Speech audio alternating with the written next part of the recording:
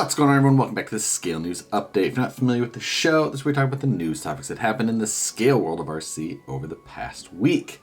Last week, we had a crazy busy week. This week, pretty much the same. Tons to get into. So if you enjoy the Scale News Update, hit the like button and let's jump into this week's topics. First for this week, we've got a number of stories from Proline. They're back in full swing. And first, we've got the 1967 Ford F100 pre-runner body.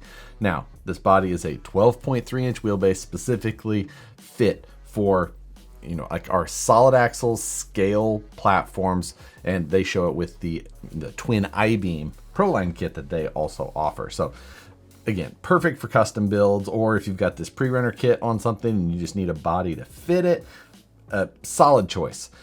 Beyond doing a pre-runner type build, maybe not the most versatile body.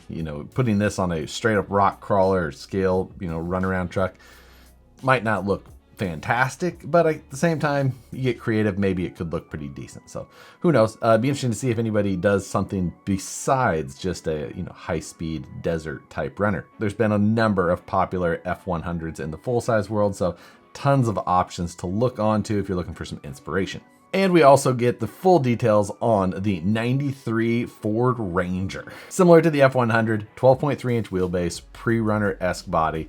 Again, basically the same as the other one, just some different styling. If you're a Ranger fan, the perfect platform for your donut tribute build, if that's something you're after. Again, what else are you gonna say about a Ranger? And then we got a new cab-only body option. This is the 2017 Ford F250 Super Duty. This is made to fit for like the original axial honcho style. Proline has their own style cage. Element has a back half style. The Vanquish, Fordyce, and Phoenix also have a rear-mounted cage option. So lots of options for this type. We've tons of bodies exist cab only. Recently, it seems like most of the cab only options have been more aimed at like the pinched and narrow style, trying to go more comp. But this one, more like back to the roots of scale and that style. So if you're looking for a tow rig, you want to put a flatbed on the back, anything like that, this would be a great option in those cases. And lastly, from Proline, we have a Promoto light kit. Now, this is a fantastic looking kit, very OEM looking, which is fitting because they're nearly OEM, but replaces that front number plate, gives you a nice molded housing with some great looking LEDs in it. One of the best looking light kits I think I've seen for the Promoto so far. It's no denying that this thing looks quite fitting. If you've got a Promoto, you want to add a little bit of light to it for your dank nooners, here you go. These are on pre-order currently, as well as all of the bodies. So if you're looking to get one of these, I put links in the description below so you can get in on those pre-orders early, trying to get one of the first batch. But there'll also be links to the rest of today's stories down there below. Next, RC 4-Wheel Drive is releasing the TF4. Just kidding, TF2 again. A slightly updated version of the TF2, now with a licensed Toyota body. Before, we always had Mojave bodies, but now we have an actual licensed 82 Toyota body. Underneath, we have a few updates to the platform.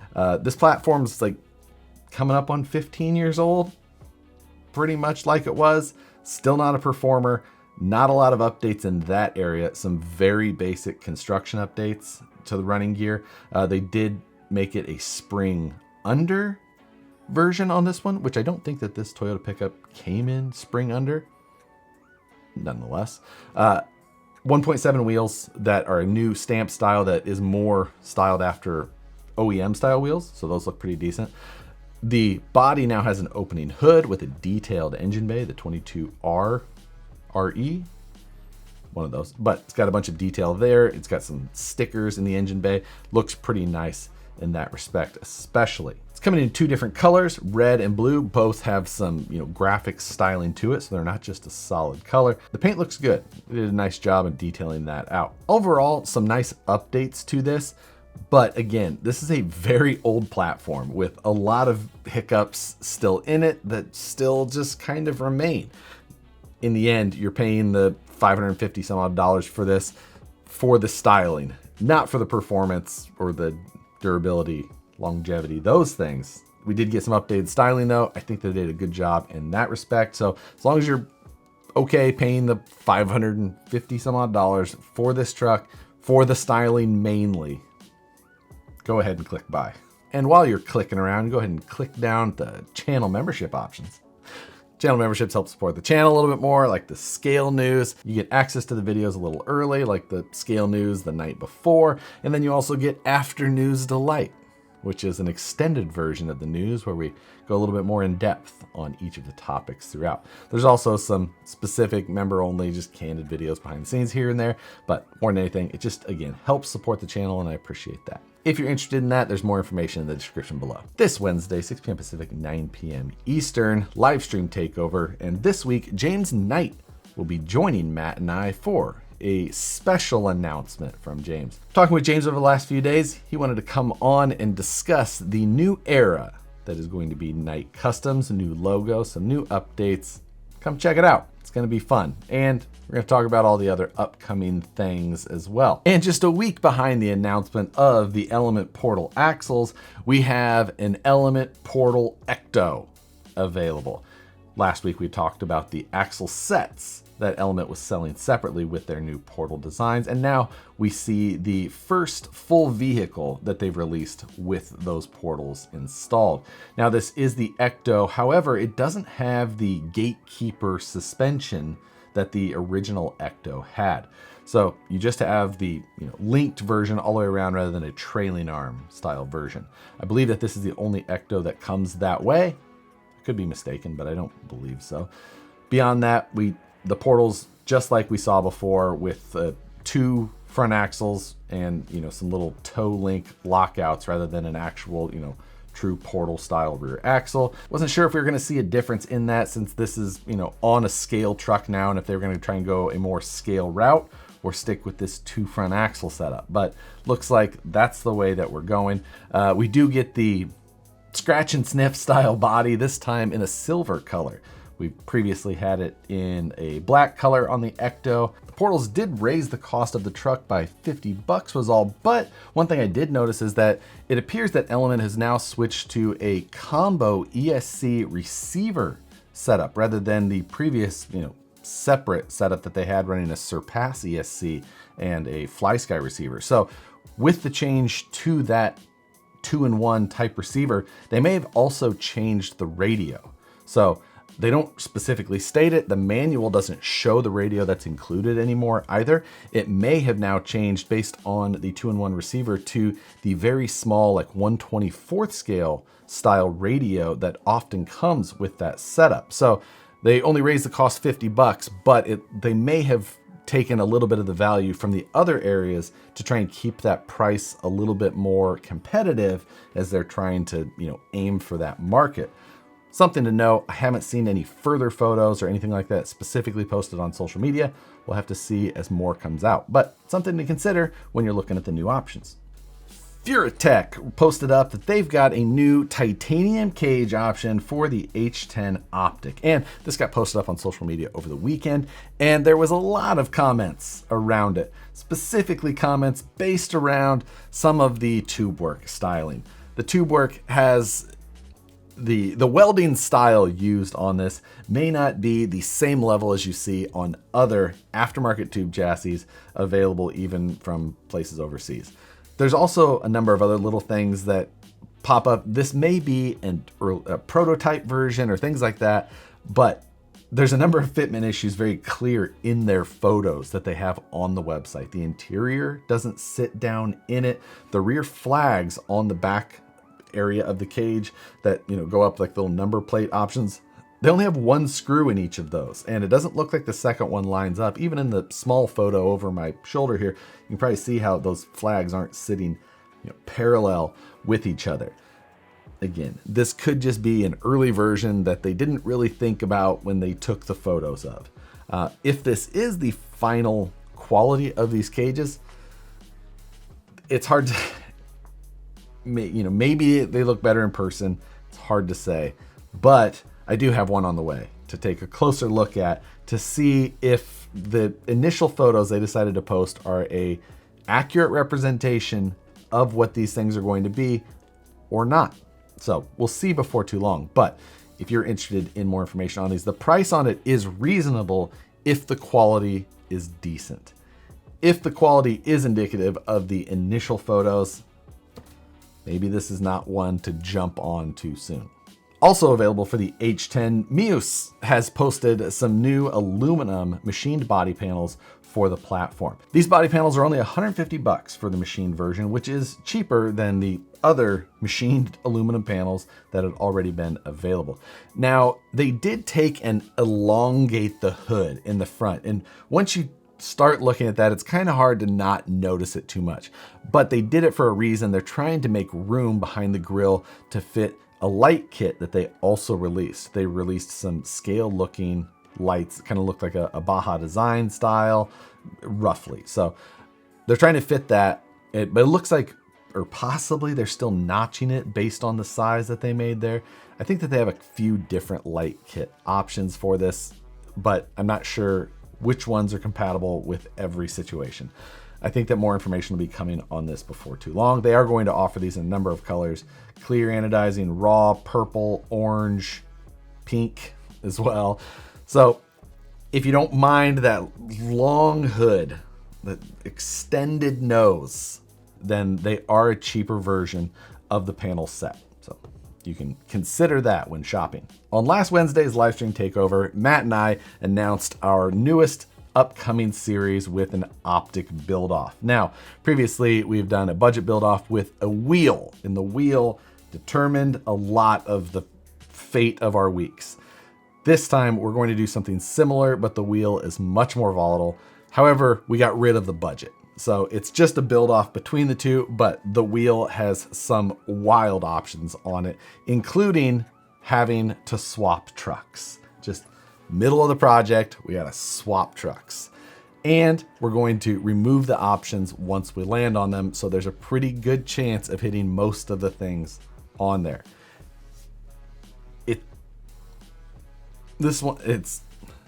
We built a lot of punishment for ourselves into this one. Looking forward to getting that started. You'll see that here in the next couple of weeks. WPL has a new version of the C74, the little Suzuki Samurai looking deal. And it's like a soft top look, or a removable top that looks like a soft top. It's not actually a soft top, if that makes sense. But this isn't officially launched yet. They're just posting some early photos. Looks pretty good. WPL always does such a good job on the bodies, but just once we see more on it, I'm sure it'll be like $50. So if you're a big fan of Samurais, it looks pretty good. Last week, Team KNK released a new set of shocks. Now, these are a 90mm shock, as you would normally see. They've got the rod end mod style cap on the top though. So you thread a rod end on the top and you screw it in from the top side of the cap or the bottom side of the cap to get it on there. And you can run like a normal 90mm shock. Or they also come with an offset style mounting position that is attached to like what would normally be considered a preload collar. Now, the preload collar doesn't have any effect on the springs because it runs like a mini T style spring that Team KNK is now producing at the bottom.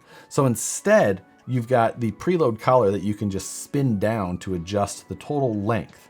Now that does offset the mounting point of your shock. So as you get it closer and closer, it will kind of kick that shock at a weird angle, maybe put a little bit of side load on that shaft, but it's an interesting, mounting idea as it is. You could also flip the rod end upside down, and functionally, I believe that you could make this like a 30mm shock as far as mounting distance goes, but it would still have the stroke of a 90mm shock. They're offering these in two different versions, a clear anodized and a black, or maybe it's non-anodized and then a black anodized. You can't really tell because whoever took KNK's product photos. Come on. Not the best product photos I've ever seen. Dealing with hardware normally, maybe product photos aren't that big a deal, but step your game up on your product photos. The photo that they show on social media gives you more information. The other one, that's all there is on the website. It doesn't show you any of the other features or anything about it. It says it in some text, but you got no idea if you just go to their website and look. A little bit of work to do there, but beyond that, an interesting concept for shocks. For any of you international customers who were interested in the Jimmy's 4x4 Moon Buggy build along that I did, but we're unable to get the laser cut parts. I now have a solution for that. Brazen Scale is having the parts laser cut and he will stock them. And if you are international, then you can contact Brazen Scale, which I'll put a link to their website below. You can go there and pick up those laser cut parts directly from him and he'll ship to you no matter where in the world you are. So we have solved the availability issues that the laser cut parts brought. So if you're interested more in that, you do have to message Brazen Scale directly to be able to jump on those because this is for international customers only. TGH is offering a new configuration of the 2-low transmission. This time you can get the anodized aluminum case on it, but now with a carbon fiber motor plate side to the case. Cutting a few grams out of it, and some of us just love carbon fiber. So if you're looking for a new 2-low, don't pass up this version of it. And then I ran across this, which is from TestLogger, and it's their new data logger. Now, this is mainly for racing people, and in general, probably not the interest of many of you, even maybe if you are into racing. If you are, or if you're just a huge data nerd, this thing looks pretty amazing for a number of reasons. The photo shown is like the actual receiver unit. That's not in the car. The items that are in the car are very compact, but it's more than just a, GNSS or something like that. This has got a number of sensors that go around the car, including individual sensors for rear axle shafts if you're on a 2-wheel drive buggy. If you wanted to retrofit this into a rock crawler of some sort, maybe you could put it down onto the drive shafts. But without getting into crazy details of it, a number of sensors that can go throughout the car, super lightweight and compact still though, very unintrusive into the vehicle as a whole. And at the end of a race or a practice session, whatever it may be, you have a fantastic amount of data, shows up in this beautiful table style. It just gives you a ton of data points to analyze. And if you have any interest in finding everything out about your car, this looks like an awesome opportunity. Price on it also is not bad. I just had the urge to try and put it into some sort of buggy for some reason. Completely unnecessary, but I think it looks incredible. If you'd like a little bit more information on it, I'll put a link below. I'm sure there's a few of you out there that just crave data. But that does it for this week's news topics. For this week's question, let's keep it real light, maybe a little nostalgic, like old JCPenney's Christmas catalog time. Go through everything in the news and just pick the one item that you'd like to have. Like if it didn't cost you anything, you got to just choose one item out of everything we talked about today. What item would it be and why? As always though, thanks for watching. If you enjoy it, hit the like button, subscribe if you haven't already, hit the notification bell. Consider joining the channel membership if you want to hear more of each of these stories that we just talked about on After News Delight. Again, thanks for watching. We'll see you on the next one.